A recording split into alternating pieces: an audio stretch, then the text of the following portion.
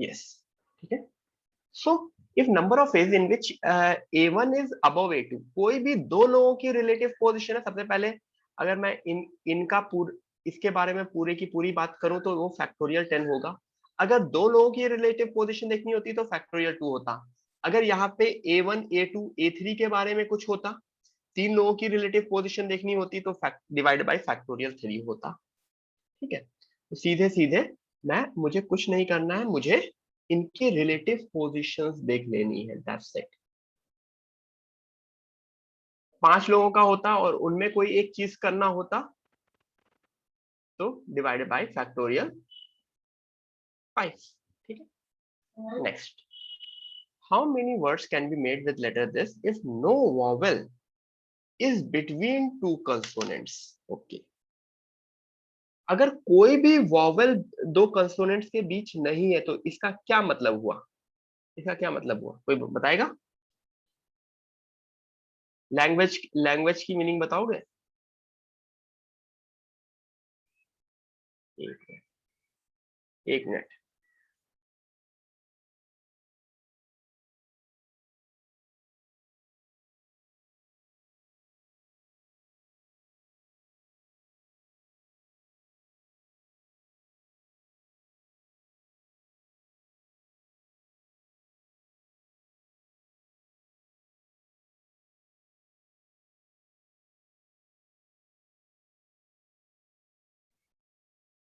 हाँ सॉरी, सो इसका क्या मतलब हुआ?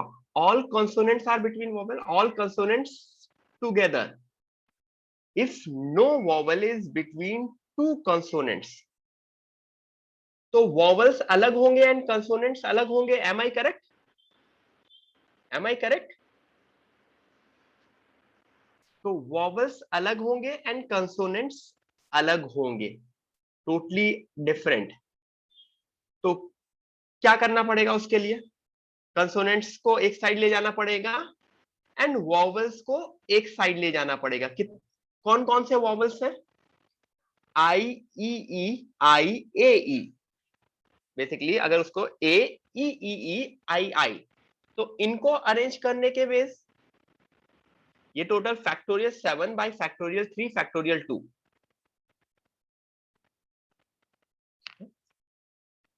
ये कितने हैं, क्या कहते हैं, कंसोनेंट्स?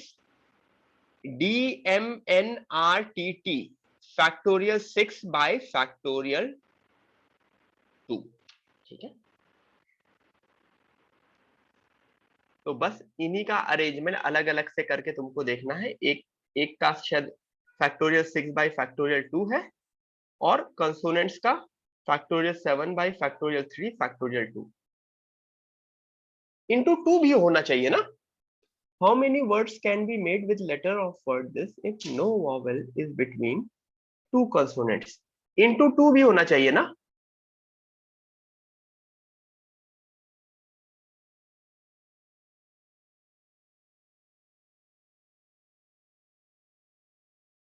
से समथिंग क्योंकि वॉवेल से शुरू हो रहा है कि कंसोनेंट से शुरू हो रहा है मुझे नहीं पता ना। एक केस है कि सारे वॉवेल्स पहले फिर कंसोनेंट, और दूसरा केस है सारे कंसोनेंट्स पहले फिर वॉवेल्स इनटू। ठीक है,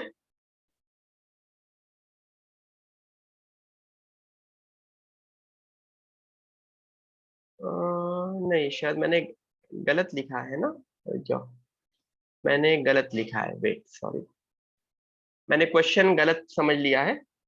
मैं इस क्वेश्चन को सही कर रहा हूँ एवरीवन, मैं क्वेश्चन को सही कर रहा हूँ। If no vowels is between two consonants, if no vowel is between two consonants, सबसे पहले मैं इन सबको ऐसे लिखता हूँ, ए ई ई ई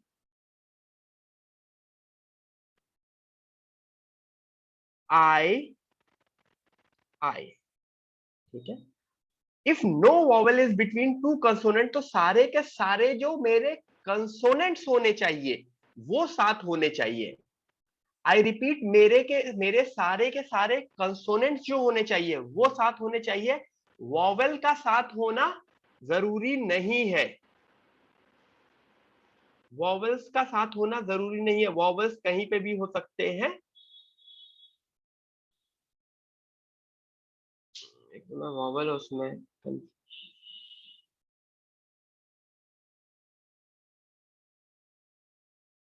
यस,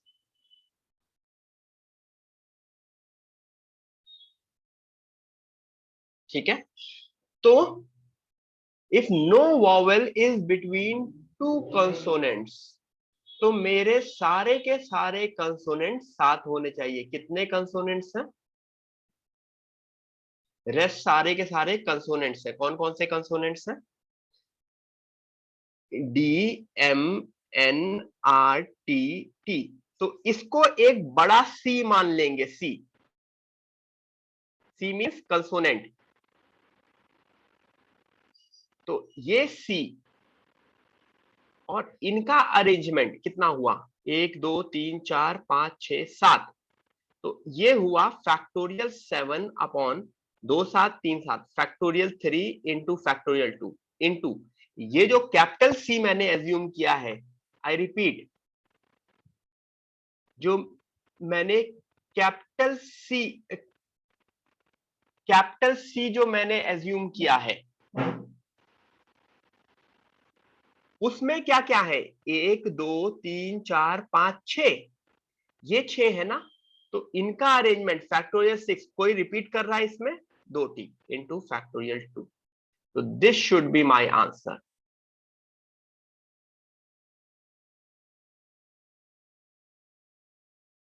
अभी क्लियर हुआ? मैंने क्वेश्चन गलत समझ लिया था। अभी क्लियर है?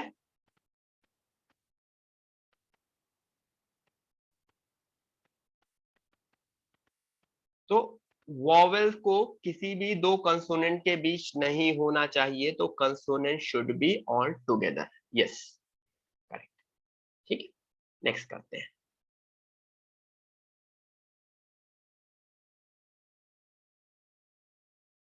इसका बेस्ट ये है कि सीधे सीधे एक बार एन को 1 2 3 4 पुट करके चेक कर लो। ठीक है, क्योंकि और कोई डायरेक्ट वे से अच्छा सीधे सीधे एन को 1 2 3 4 करके पुट करो एंड चेक कर लो। क्योंकि इंडक्शन के थ्रू भी प्रूव हो सकता है। उससे जो भी आ रहे हैं, that should be my answer. मतलब इनफैक्ट 2 3 दो ही से कर लोगे तब भी आंसर सही आ जाएगा। मैंने तो 1 2 3 4 इतना ज्यादा कर दिया है, बट वन वन की कोई जरूरत नहीं है। 2 3 से कर लोगे, you will get your answer. Okay, तो put n is equal to 2, 3। Number of integral solution where x is greater than -5। अच्छा, याद करो इसमें क्या करते थे? मैं हर उसमें x plus y plus z is equal to 0 है, everything is greater than -5, greater than -5। तो ग्रेटर देन -5 वाले क्वेश्चन को मुझे सॉल्यूशन किसका आता था? ग्रेटर देन इक्वल टू 0 का सॉल्यूशन पता होता है या ग्रेटर देन इक्वल टू 1 का। तो मैंने x प्लस 5 कर दिया, y प्लस 5 कर दिया, z प्लस 5 कर दिया, इधर 15 हो गया। तो ये जो नए capital X plus capital Y plus capital Z is equal to 15 हो गए। इसमें एक्स वाई जेड के ऊपर क्या रिलेशन आ गया?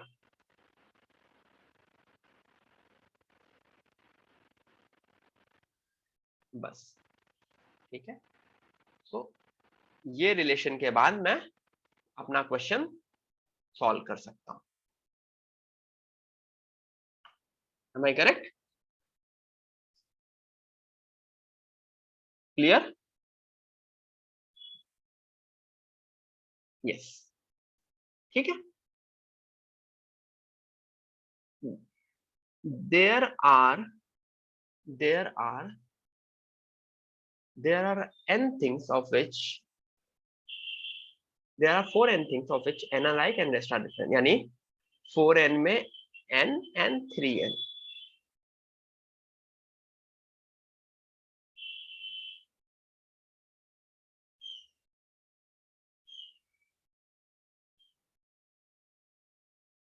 ठीक है, तो ये तो बहुत सिंपल सा है ना।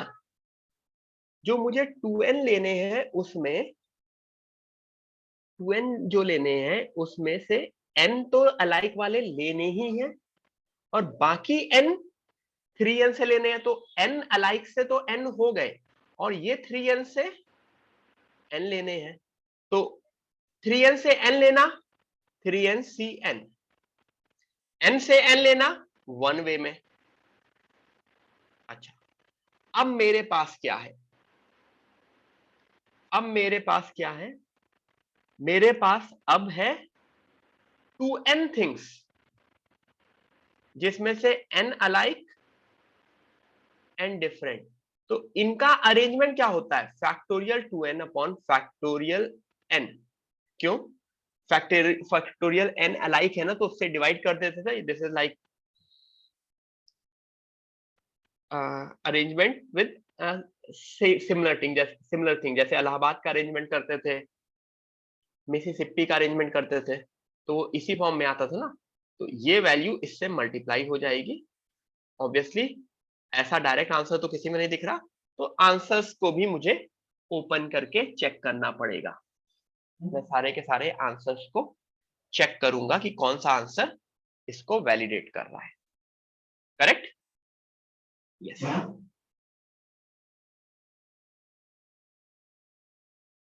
There are five boxes of same color as of the, ये तो डी अरेंजमेंट है। Is it D5? Is it direct D5? This is D arrangement. ठीक है, अच्छा, फुल टेस्ट अभी होने वाला आपका 2-3 तारीख को, उसके बाद के जो अब आएंगे, फर्स्ट मंथ के बाद के जो क्वेश्चंस होंगे, उनकी मैं difficulty level after this full test increase करने वाला हूं इंक्रीमेंटल में। ऐसे अपने 4 महीने का टारगेट है। अक्टूबर में आपका बेसिक क्लियर, मतलब ज्यादा डिफिकल्ट नहीं था, नवंबर और डिफिकल्ट होगा, दिसंबर और डिफिकल्ट होगा, जनवरी सबसे ज्यादा डिफिकल्ट चलेंगे हम लोग। डिफिकल्ट एज इन जो लोग जेई मेन के लिए प्रिपेयर कर रहे हैं, वो तो एग्जैक्टली जेई मेन लेवल के क्वेश्चन कर रहे होंगे, और जेई एडवांस के साइड बाय साइड कर लेंगे। फिर फरवरी में आपका बोर्ड्स आ जाएगा, तो you would be little relaxed, मतलब हमारी तरफ से फरवरी हम छोड़ देते हैं तुम लोगों को अपनी मर्जी पे। ठीक है, जो करना है करो। तो D6 हो गया।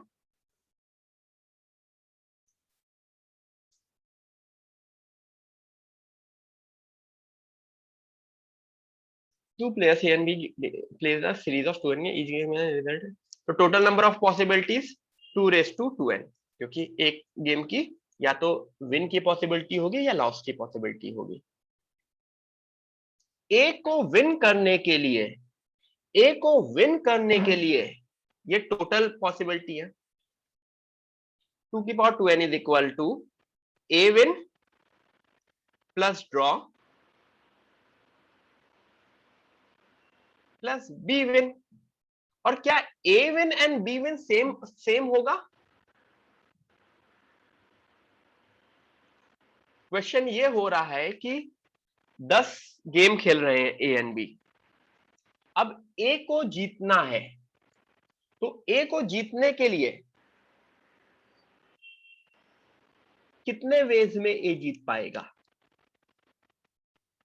तो मेरा ये कहना है कि जितने वेज में ए जीत पाएगा, उतने ही वेज में बी जीत पाएगा, और there would be some draw. Draw कब होगा? जब एग्जैक्टली हाफ मैचेस, मतलब ए ने 5 मैचेस जीत लिए आउट ऑफ 10, या 2n में से n, तो ए विन बी विन भी ए विन के इक्वल होगा, तो can I write it as 2 into a win plus draw. Draw का मतलब 2n में से n, 2n में से n मैचेस ए जीते, तो 2n cn। तो मैंने 2n में से वो n मैचेस जो ए जीतने वाला है उसको देख लिया। ठीक है, इतना क्लियर हो गया?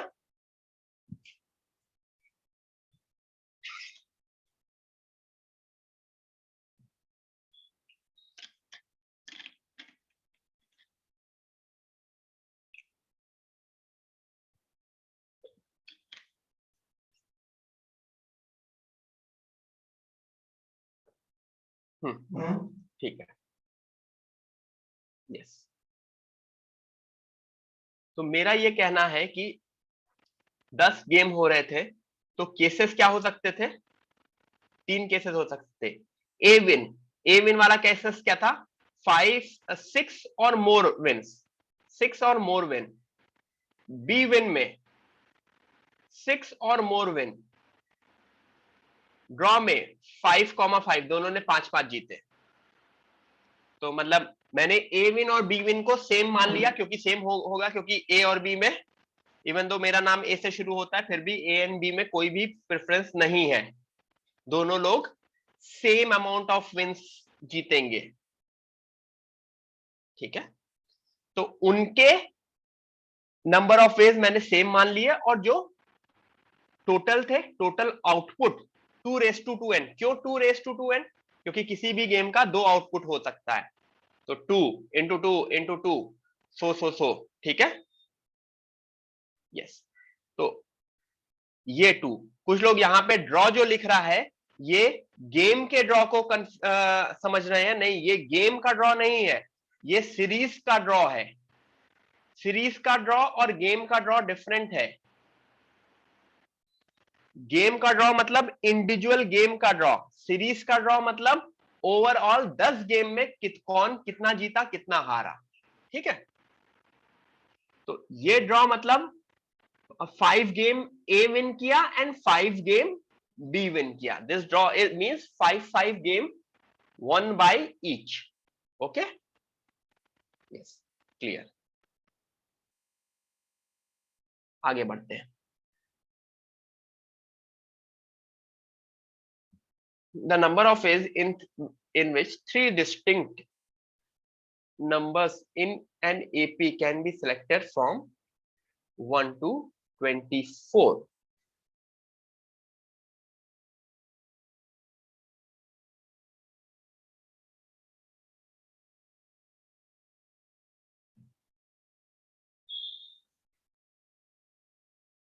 In an increasing AP, and in increasing AP, ठीक है,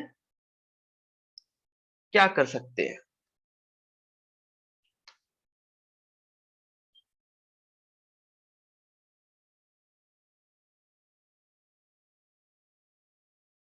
बताओ क्या कर सकते हैं?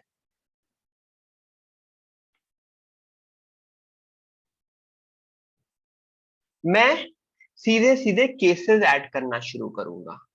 सबसे पहले ये देखूंगा सिंगल डिफरेंस वाला, 1 डिफरेंस वाले कितने एपी हो सकते हैं। 1 2 3 2 3 4 से लेके कहां तक, लास्ट क्या होगा? Total 22 APs. Am I correct? अब 2 डिफरेंस वाले 1 3 5 2 4 6, ये क्या होगा? मैं बैक ट्रैक करूंगा। 24 22, एम आई करेक्ट? कितने? 20 एपीज। Am I correct? 22 के बाद 20 एपीज। फिर 3 के डिफरेंस वाले, 3 के डिफरेंस वाले 147 से सीधे सीधे पहला लिखना है और लास्ट लिखना है। 24 21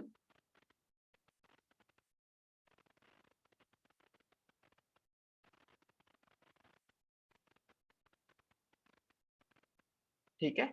अब तुम्हें ट्रेंड एक और लिख दूंगा तो तुम्हें ट्रेंड दिख जा रहा होगा। 1 4 के डिफरेंस वाला 159, 4 के डिफरेंस वाला, 3 के डिफरेंस वाला, 4 के डिफरेंस वाला, 24 20 16। देख लो, बस ऐसे इसको ऐड कर दोगे।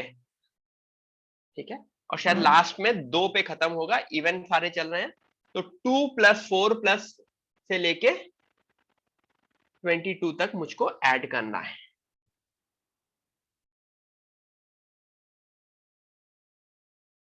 टू कॉमन ले लोगे तो एक सम ऑफ नेचुरल नंबर बन जाएगा। Am I correct? इतना क्लियर हुआ सबको?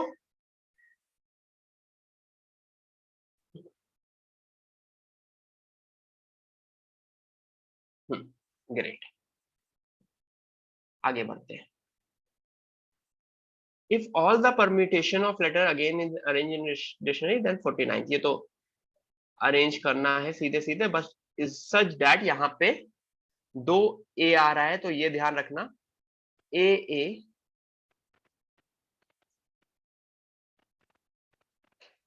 जी आई, तो पहले ए के साथ अरेंजमेंट तुम्हें ध्यान रखना पड़ेगा, ठीक है? तो ए पहले उस पे ए आ गया, बाकी बचे कितने, 1 2 3 4, क्योंकि जी आना चाहिए था लेकिन जी से पहले ए आता है तो फैक्टोरियल 4 हो गया। फिर ए जी आएगा, ठीक है? फिर ए जी के बाद वापस ए तो आ ही गया, ए जी ए, ए के बाद ए वाले सारे फैक्टोरियल 4 हो गए। फिर यहां पे जी आना चाहिए, तो जी के बाद क्या आना चाहिए, ए आना चाहिए, ए आई एन।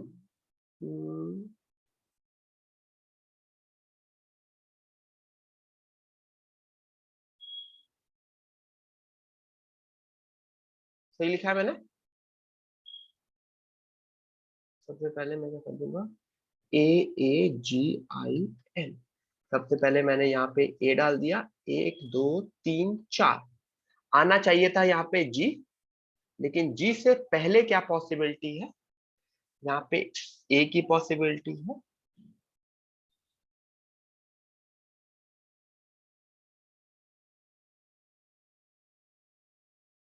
मेरा फैक्टोरियल 4 मैं क्यों लिख रहा हूँ,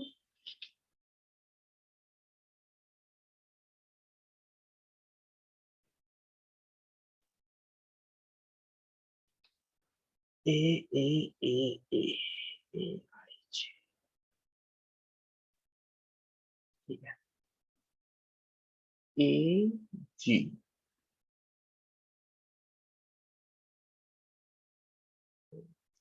और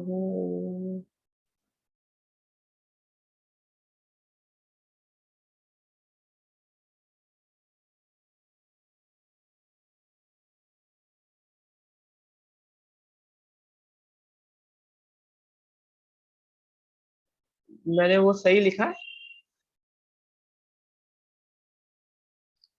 ए A A A B C D E F G H I J K N, सही लिखा है, ठीक है? तो जी आने के लिए यहाँ पे ए आएगा, समझ आएगा क्या गड़बड़ क्या हो रही है यहाँ पे, फॉल परम्यूटेशन।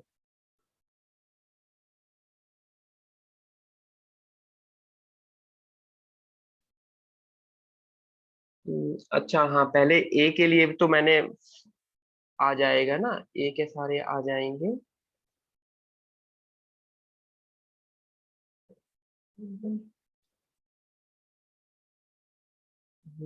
लेकिन उसको लिखा कैसे जाए,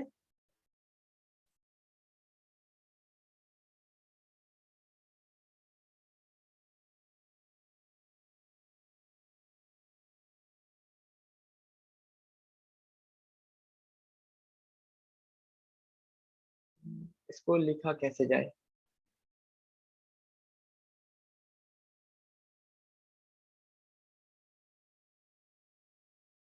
इसको लिखा कैसे जाए?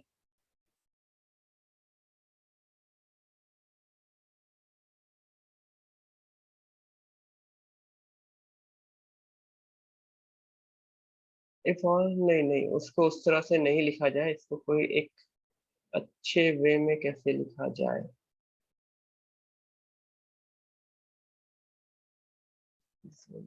First one.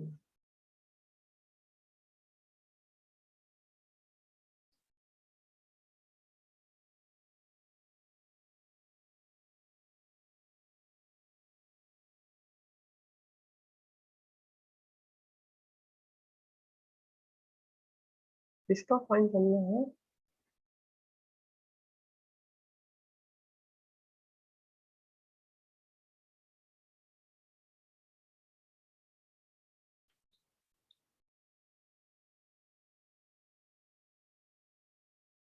60 वाले हैं ना? हाँ,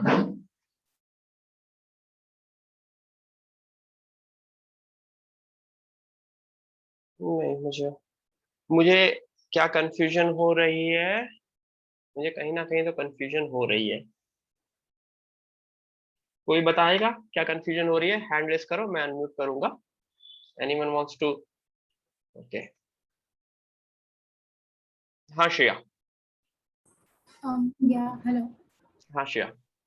So like we need to stop at like see suppose that first we find all the words with A, right? So that's 4 factorial 24. But then like no no, not close to 49, right? So then we like ditch A as the first letter and we start no no, with first is factorial 4, क्यों? so 24 words. But then we want the 49 this words. 24 word are starting with A. A, Yeah. Starting with A. Yeah. So like we want the 49 words. So we know our word won't start with A. So then we try with G, and then with G we get 12 words. So again, like 24 plus 12 is 36, right? So again we leave G and then start. Oh sorry sorry sorry, got it got it got it, मैं confusion समझ गया अपना। मैं again की rank निकाल रहा हूँ था, सॉरी। हाँ हाँ मैं क्या कर रहा था, मैं अगेन की रैंक निकालने आ रहा था। मैं 49, हाँ मैं हाँ ठीक है, वो मैं मैसेज में समझ नहीं पाया। I was trying to find out the rank of again rather than finding the 29th word. ये चीज मिस हुई। ठीक है गाइस, करेक्ट कर रहा हूं, मैं सही कर देता हूं, सॉरी। मुझे 49th वर्ड में ना, मुझे अगेन अगेन अगेन वर्ड से कोई मतलब नहीं है। Again is the moment I wrote A G I N, the moment I wrote A G I N, तो मुझे तो do I need again word now? नहीं, अब मुझे इस वर्ड से कोई मतलब नहीं है। अब बेसिकली मुझको इसको अल्फाबेटिकली में, तो सबसे पहले मैं ए फिक्स करूंगा। ए फिक्स करने के बाद फैक्टोरियल 4 ऑप्शंस होंगे। ए जी आई एन के कितने हो सकते हैं? ए जी आई एन के फैक्टोरियल 4 24। तो 24 से मैं 49 पे नहीं पहुंचा, तो 49 पहुंचने के बाद ए के बाद मैं क्या फिक्स करूंगा? जी। अब जी फिक्स करने के बाद क्या मेरे पास बचे? A I N, A I N, इनके arrangement factorial 4 by factorial 2 which would be 12। क्या अभी भी मैं 49 पे पहुंचा? अभी भी मैं 49 पे पहुंचा?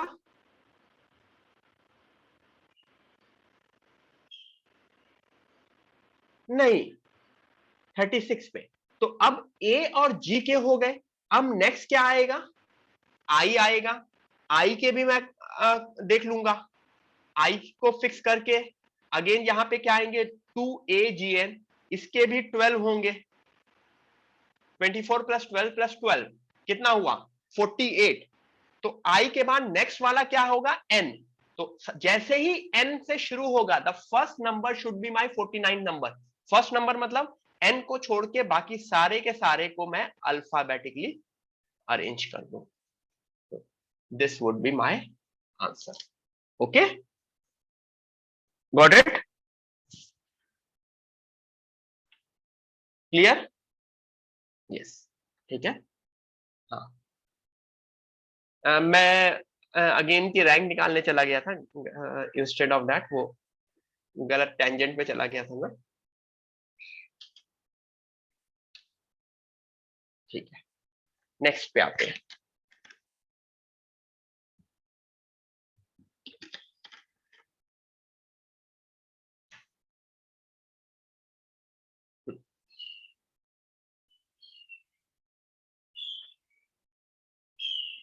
ABC are odd natural pairs. ठीक है, सबके सब अगर सेम तरीके के दिए हैं तो ये इस तरह का क्वेश्चन सॉल्व करना काफी इजी हो जाता है, क्योंकि everything are odd natural pairs. तो ऑड नंबर कब होता है? 2A dash plus 1, 2B dash plus 1। तो सबको मैंने 2A dash plus 1, 2b dash plus 1, 2c dash plus 1, 2d dash plus 1 assume कर लिया। तो I guess a dash plus b dash plus c dash plus d dash की value 16 by 2 which is 8। ठीक है, 8 बन गई। अब मेरा आंसर मुझे निकालने में बहुत इजी हुआ, राइट। देख लो, ये सारे के सारे questions were mostly permutation PNC based. अब next 10 question would be probability based. करें?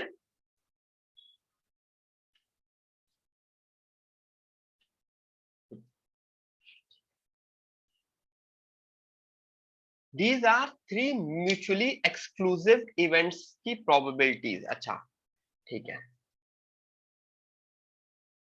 तो अगर ये 3 म्यूचुअली एक्सक्लूसिव इवेंट्स की प्रोबेबिलिटीज है तो इनका सम 1 प्लस 3p होगा शायद। ये 1 प्लस 3p ऐसा क्लास में भी क्वेश्चन कराया था शायद।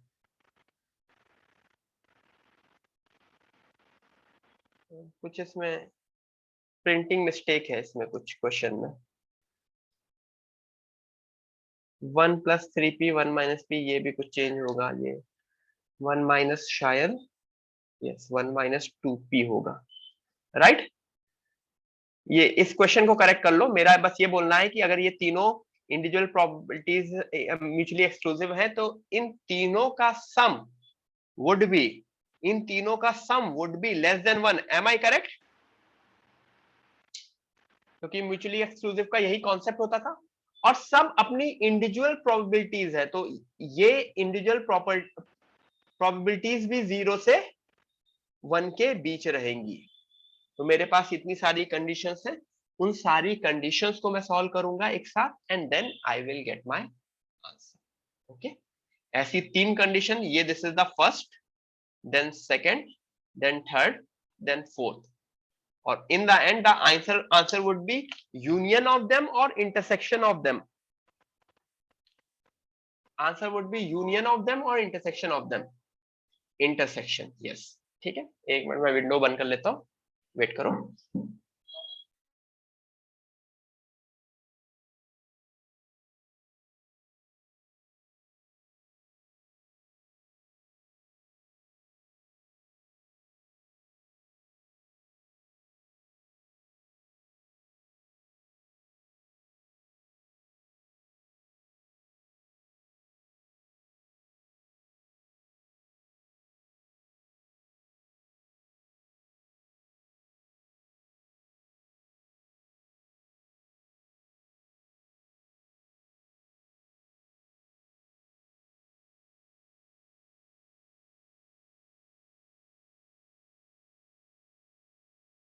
हाँ ठीक है, यहां तक क्लियर हो गया सबको?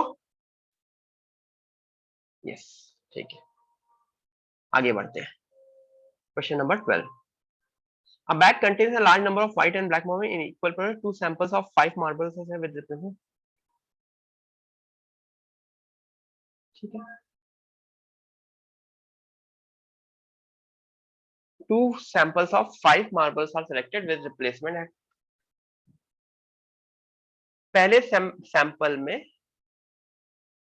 सैंपल में exactly the bag contains a large number of white and black in equal proportion। ठीक है, with replacement है the probability that first sample contains exactly 1 marble, second में। ठीक है, हाँ क्या करेंगे हम ये बताओ।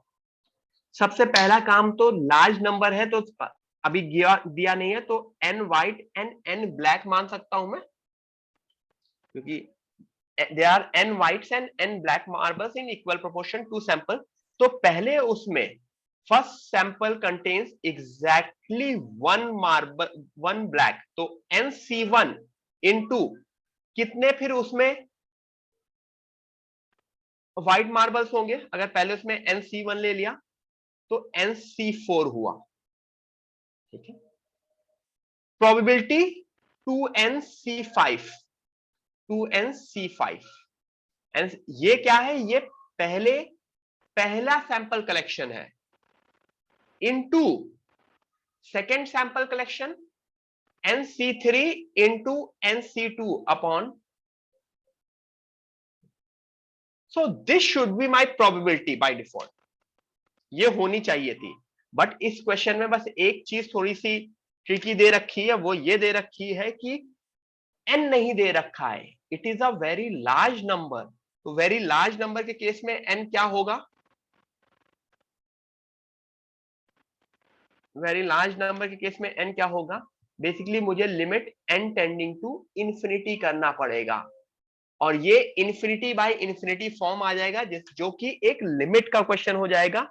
सब फैक्टोरियल सब क्वेश्चंस रखोगे, मतलब सबको ओपन करोगे, काफी कुछ कैंसिल होगा, एन के टर्म्स में आएगा, इनफाइनाइट बाय इनफाइनाइट वाला फॉर्म बनेगा, एंड उसको फिर तुम आराम से सॉल्व कर सकते हो।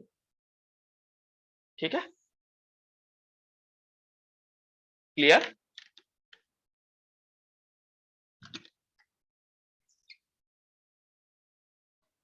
नेक्स्ट,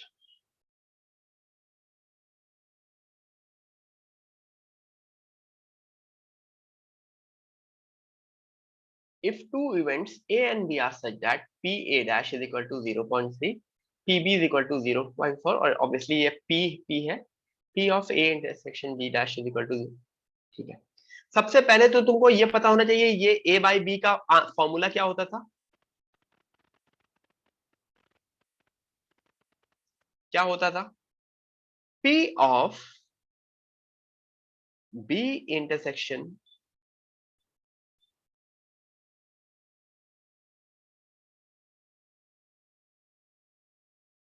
क्लियर है?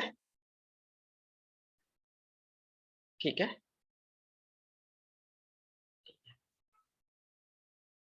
अब there are two ways to find out, अगर मुझको ये पता है तो मेरा PA क्या है, what is my PA, 0.7, ठीक है, मैं वेन डायग्राम यूज करके A इंटरसेक्शन B डैश क्या होगा, A इंटरसेक्शन B डैश इस वेन डायग्राम में कौन सा पोर्शन होगा, what portion would be A intersection B dash,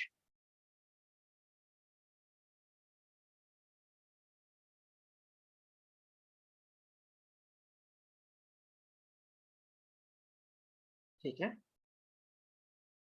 पूरा का पूरा A में से B कॉम्प्लीमेंट ये पोर्शन ना,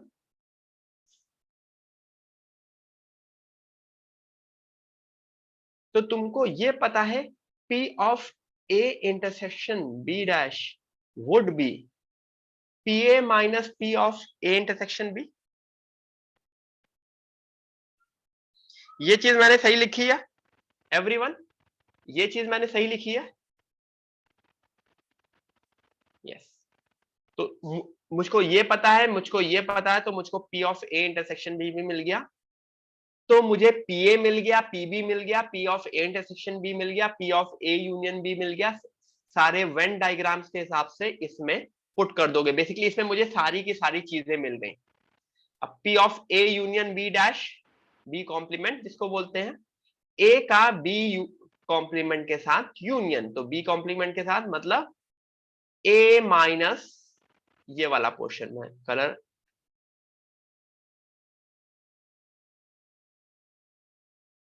ठीक है, ये वाला पोर्शन, तो थोड़ा सा बड़ा सा फिगर बनाओगे तो तुमको हर इसका एक एक चीज तुमको पता होगा, हर, और फिगर बना के सीधे सीधे ऊपर की भी वैल्यू और नीचे की भी वैल्यू निकाल सकोगे।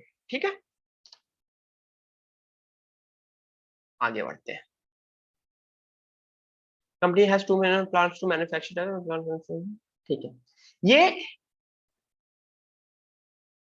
ये वो वाला ट्री डायग्राम वाला क्वेश्चन है ना, question number 14, is it a tree diagram question? 70%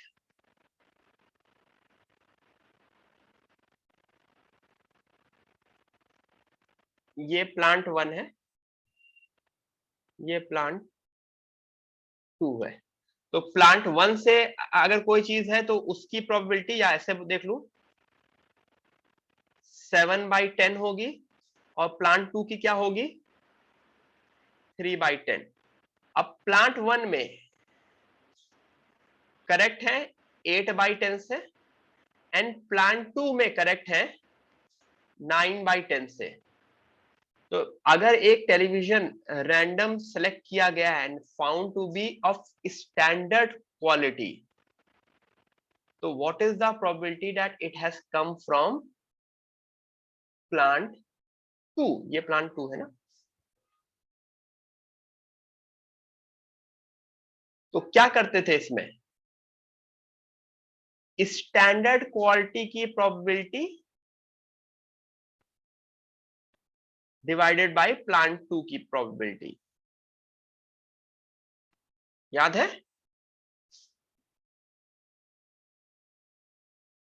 याद है ट्री डायग्राम वाला?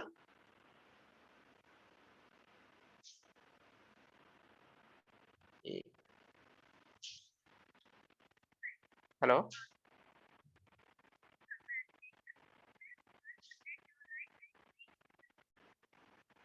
क्रेडिट कार्ड दे रहे हैं मुझको, उनको क्या पता।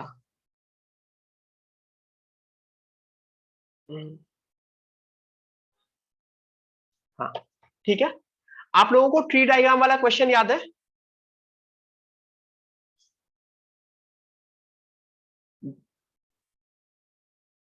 अगर मैं वो निकालने जाऊं, denominator, basically I need to find out क्या, P of standard, I have P of second plant given by standard. ठीक है, मुझको ये निकालना है। तो नीचे नीचे सारी के सारे स्टैंडर्ड वाली चीजें आ जाती थी, और ऊपर पी ऑफ सेकेंड आ जाता था, कि second as well as standard. Got it? मेरे हिसाब से 3/10 इंटू 9/10, 3/10 इंटू 9/10 प्लस 7/10 इंटू 8/10, ऐसा कुछ आएगा। 27/83 आंसर है क्या? Is the answer 27/83? Yes.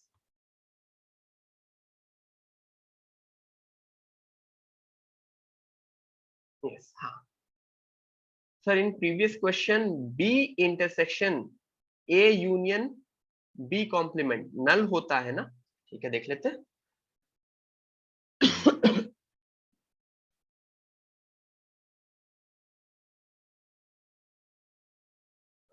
Previous question, B intersection A union B complement, नहीं, A union B complement, union है ना, तो ये पूरा का पूरा पोर्शन हो जाएगा ना। और उसका अगर बी इंटरसेक्शन लूंगा तो ये A intersection, numerator would be P of A intersection B. Sahil, numerator would be P of A intersection B.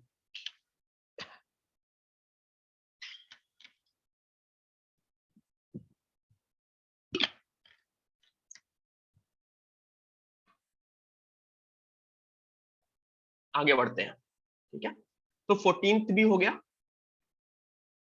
Tree diagram बना के कर सकते हो, ये बेस थ्योरम वाला क्वेश्चन है, हो जाएगा। ठीक है,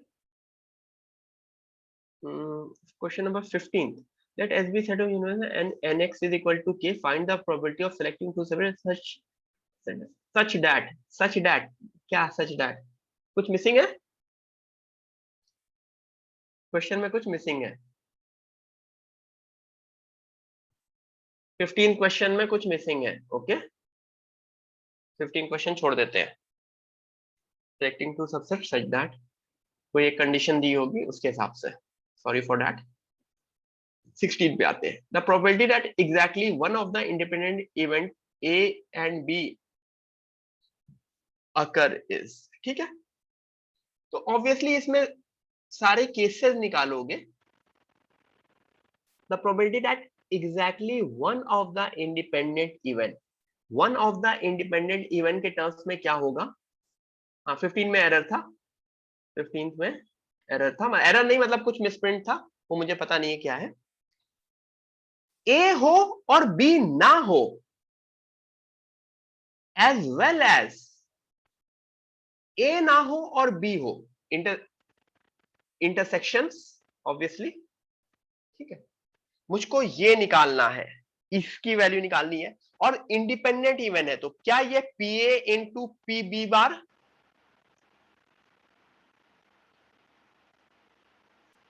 ठीक है। और तुमको चेक करना होगा इनकी वैल्यू, इनमें से किसकी वैल्यू के इक्वल है। बेसिकली सारे के सारे ऑप्शंस चेक करने होंगे। कैसे? सबको अगर मैं I will convert everything into PA PB, ये भी इंडिपेंडेंट इवेंट है, सारे इंडिपेंडेंट इवेंट है, तो सब मल्टीप्लीकेशन में कन्वर्ट हो जाएंगे। सबको ओपन करोगे, सारे बार्स को 1 माइनस पीबी करोगे, and in the end check करोगे कि क्या आंसर आता है, ठीक है।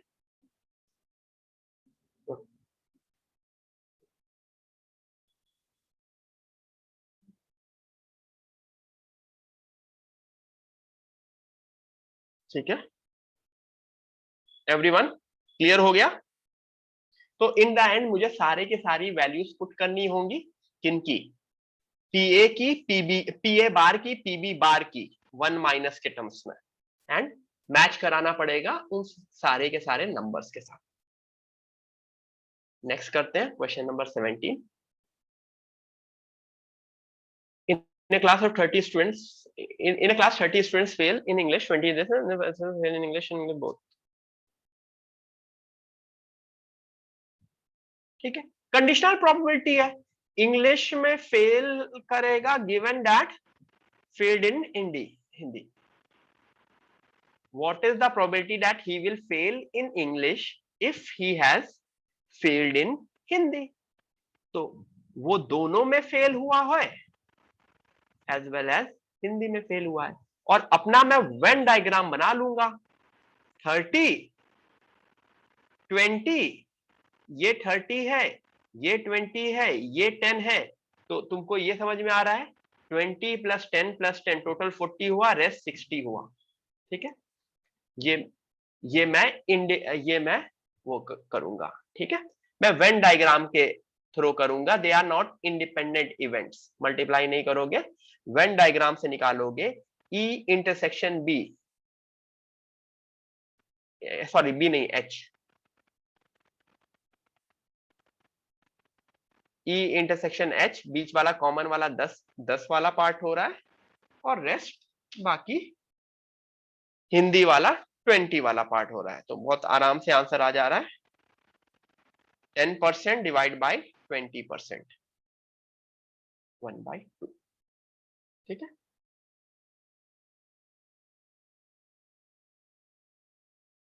नेक्स्ट करते हैं 80।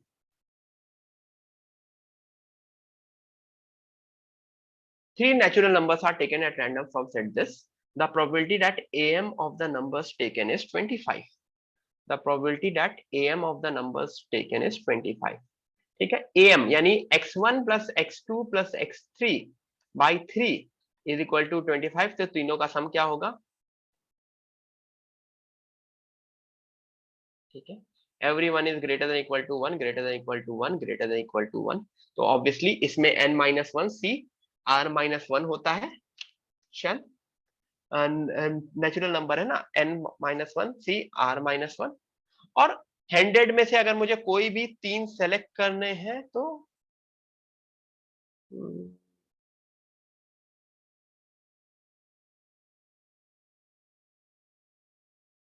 74C2, न्यूमरेटर होगा 74C2।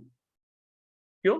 क्योंकि 75 minus 1 C, 75 minus 1 C, 3 minus 1, just will 74C2, which can be equal to 74 see 74, ठीक है, ये हो गया।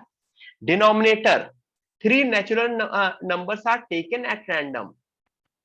तो 3 नेचुरल नंबर्स को अगर मुझे रैंडमली लेना है तो वो कैसे होगा? 100 C3 which is again 100 C97, ठीक है। तो दोनों वाले केस में ऊपर वाली चीज को कन्वर्ट किया गया, उसके बाद आंसर निकाला गया है। आगे बढ़े।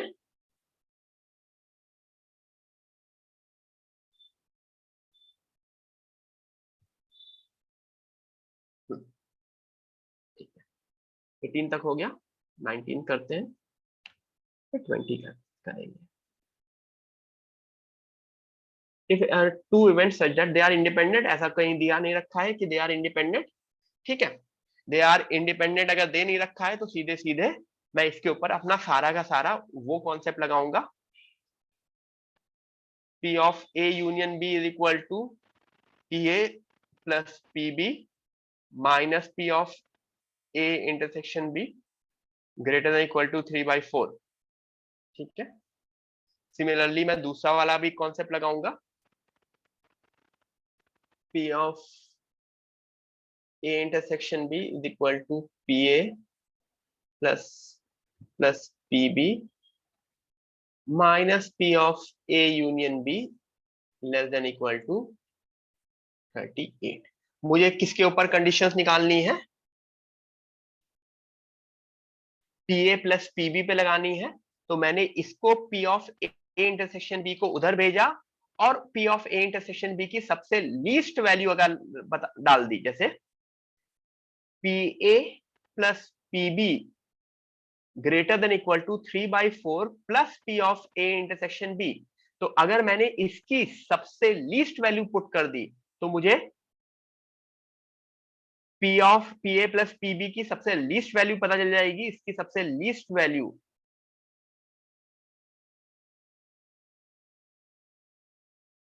नहीं, लीस्ट वैल्यू पुट करेंगे तो गड़बड़ हो जाएगा। लीस्ट वैल्यू तो मुझको पता ही नहीं है इसकी, तो लीस्ट वैल्यू नहीं पुट कर सकते क्योंकि लीस्ट वैल्यू मुझको P of A intersection B की लीस्ट वैल्यू तो पता ही नहीं है। तो दूसरा वाला चीज ट्राई करेंगे, PA plus PB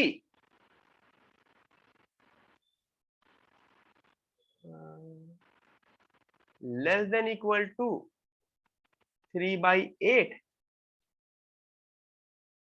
plus P of A union B, ठीक है। तो अब अगर इसकी सबसे लीस्ट वैल्यू पुट की, अब अगर इसकी सबसे लीस्ट वैल्यू पुट की तो भी पॉसिबिलिटी है।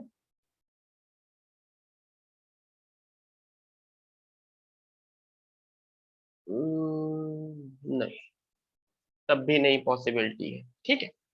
डायरेक्टली वैसे नहीं देख देख पा रहा हूं मैं, क्योंकि डायरेक्टली देखने के लिए मुझको P of A union B की सबसे मैक्सिमम वैल्यू पुट करनी पड़ेगी, मैक्सिमम वैल्यू, क्योंकि यहां पे P ऑफ यूनियन B की मिनिमम वैल्यू दे रखी है। लेकिन अगर मुझे हमेशा greater than equal to check, less than equal to check करना है तो P of A union B की सबसे मैक्सिमम वैल्यू पुट करूंगा, और किसी भी प्रोबेबिलिटी की सबसे मैक्सिमम वैल्यू 1 होती है, ठीक है। तो P of A union B की मैं मैक्सिमम वैल्यू 1 पुट कर दूंगा तो 1 plus 3/8 gives me answer as 11/8। Am I correct? तो क्वेश्चन में मुझे इसका फॉर्मूला यूज करना था, और यहां पे अगर इसकी मिनिमम वैल्यू वुड बी 0, तो PA plus PB would always be greater than equal to 3/4 and less than equal to 11/8। तो अगर ऑप्शन में ये दोनों कंडीशन होता तो तब भी मेरा आंसर सही से निकल जाता, ठीक है। ये upper limit and lower limit निकाल सकते हैं। लोअर लिमिट निकालने के लिए मैं इस साइड 0 पुट करूंगा एंड अपर लिमिट निकालने के लिए दूसरी साइड में 1 पुट करूंगा। Got it?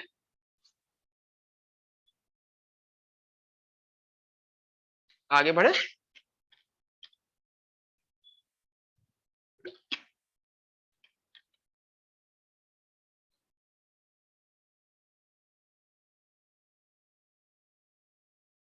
बिल्कुल, लास्ट वाले के ऊपर आ जाते हैं।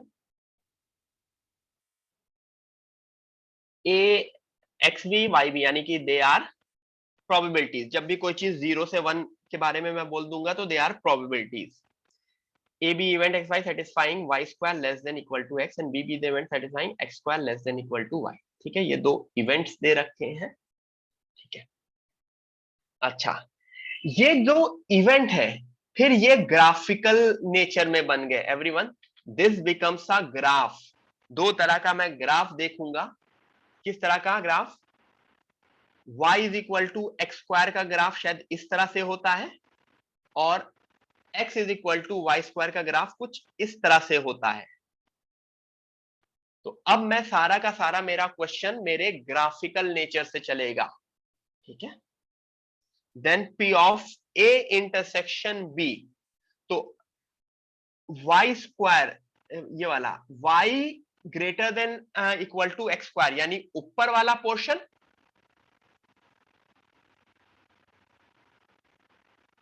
ठीक है, ऑब्वियसली 0 से 1 में है, and x square less than equal to y, ये नहीं, अच्छा ये दूसरा, y square less than equal to x. ठीक है, तो ये नीचे वाला पोर्शन। तो मुझे लग रहा है ये जो मेरा, हाँ क्या हुआ, कुछ कंफ्यूजन चल रही है लोगों में? मैं दोनों का अलग अलग मैं ग्राफ बना दूं?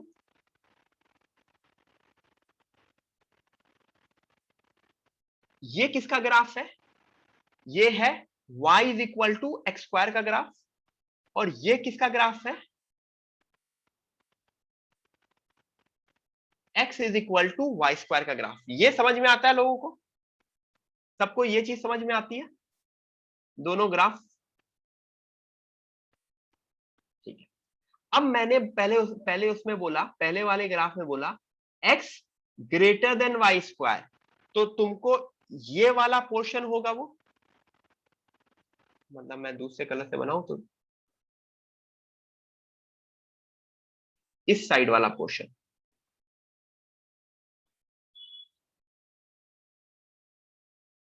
आगे बढ़ता चला जाएगा, और y greater then x square ऊपर वाला पोर्शन होता चला जाएगा, बढ़ता चला जाएगा, बढ़ता चला जाएगा। तो common portion would be this, common portion would be this portion. अगर मैं इसको हाईलाइट करूं तो this would be the portion जिसका मुझे एरिया निकालना होगा, और वही एरिया मेरा P of A intersection B होगा। ये चीज समझ में आती है?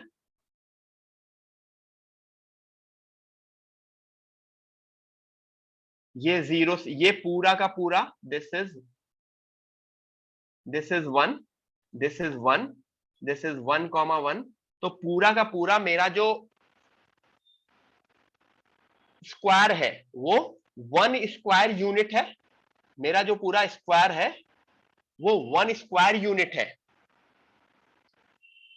ठीक है, और उस 1 स्क्वायर यूनिट में मुझे जितना highlighted, it is like Venn diagram, बिल्कुल सीधी सी बात है, it is simply like Venn diagram. Venn diagram में जब तुम वेन डायग्राम बनाते हो ऐसा, तो इसको 1 मानते हो, इसको 1 मानते हो।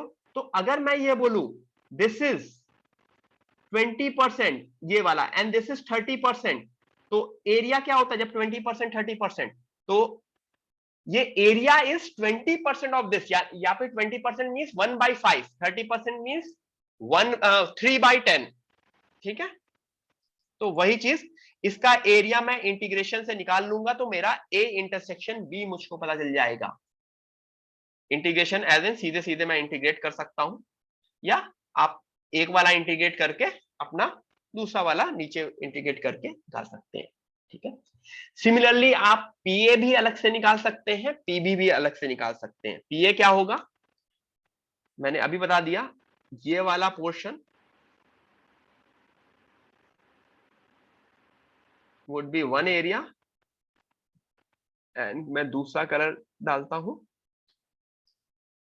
दिस वुड बी, दोनों सेम ही होंगे इनफैक्ट, बहुत कुछ हो गया, but this would be the second portion. दोनों सिमेट्रिकल है, सब कुछ सेम है, तो कोई भी एक निकाल लोगे तो दूसरा आ जाएगा।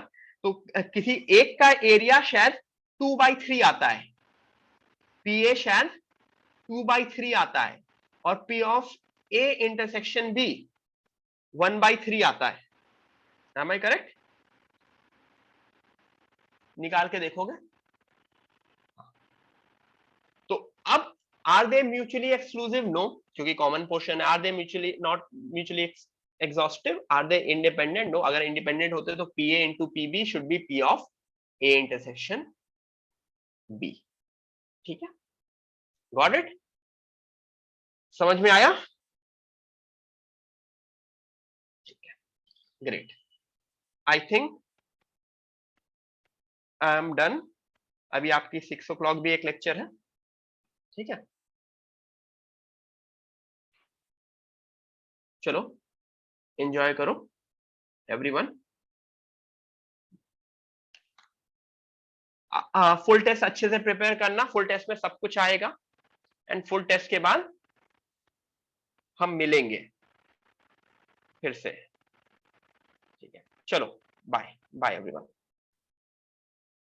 हाँ, कभी कभी लेक्चर्स के टाइमिंग्स क्लैश हो रहे हैं, धीरे धीरे ट्राई कर रहे हैं कि क्लैश ना हो, बट कुछ कर नहीं सकते क्योंकि इतने लेक्चर्स होते हैं। तो उस केस में थोड़ा सा रिकॉर्डिंग देखो, plus we will make sure कि लेक्चर्स की टाइमिंग्स जितनी कम से कम क्लैश हो तुम्हारे कॉलेज से। दिवाली के टाइम तो नहीं होंगी। चलो बाय एवरीवन, बाय। ठीक है, आई थिंक इसका सॉल्यूशंस भी आप लोगों को भेज दिए गए हैं।